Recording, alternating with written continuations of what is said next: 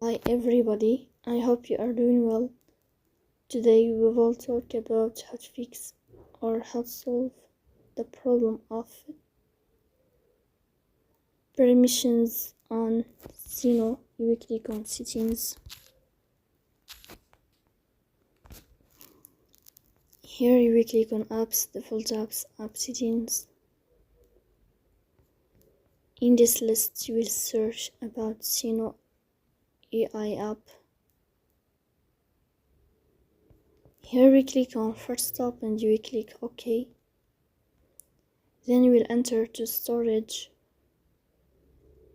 In this page you will click on clear cache. After that you will go to Play Store.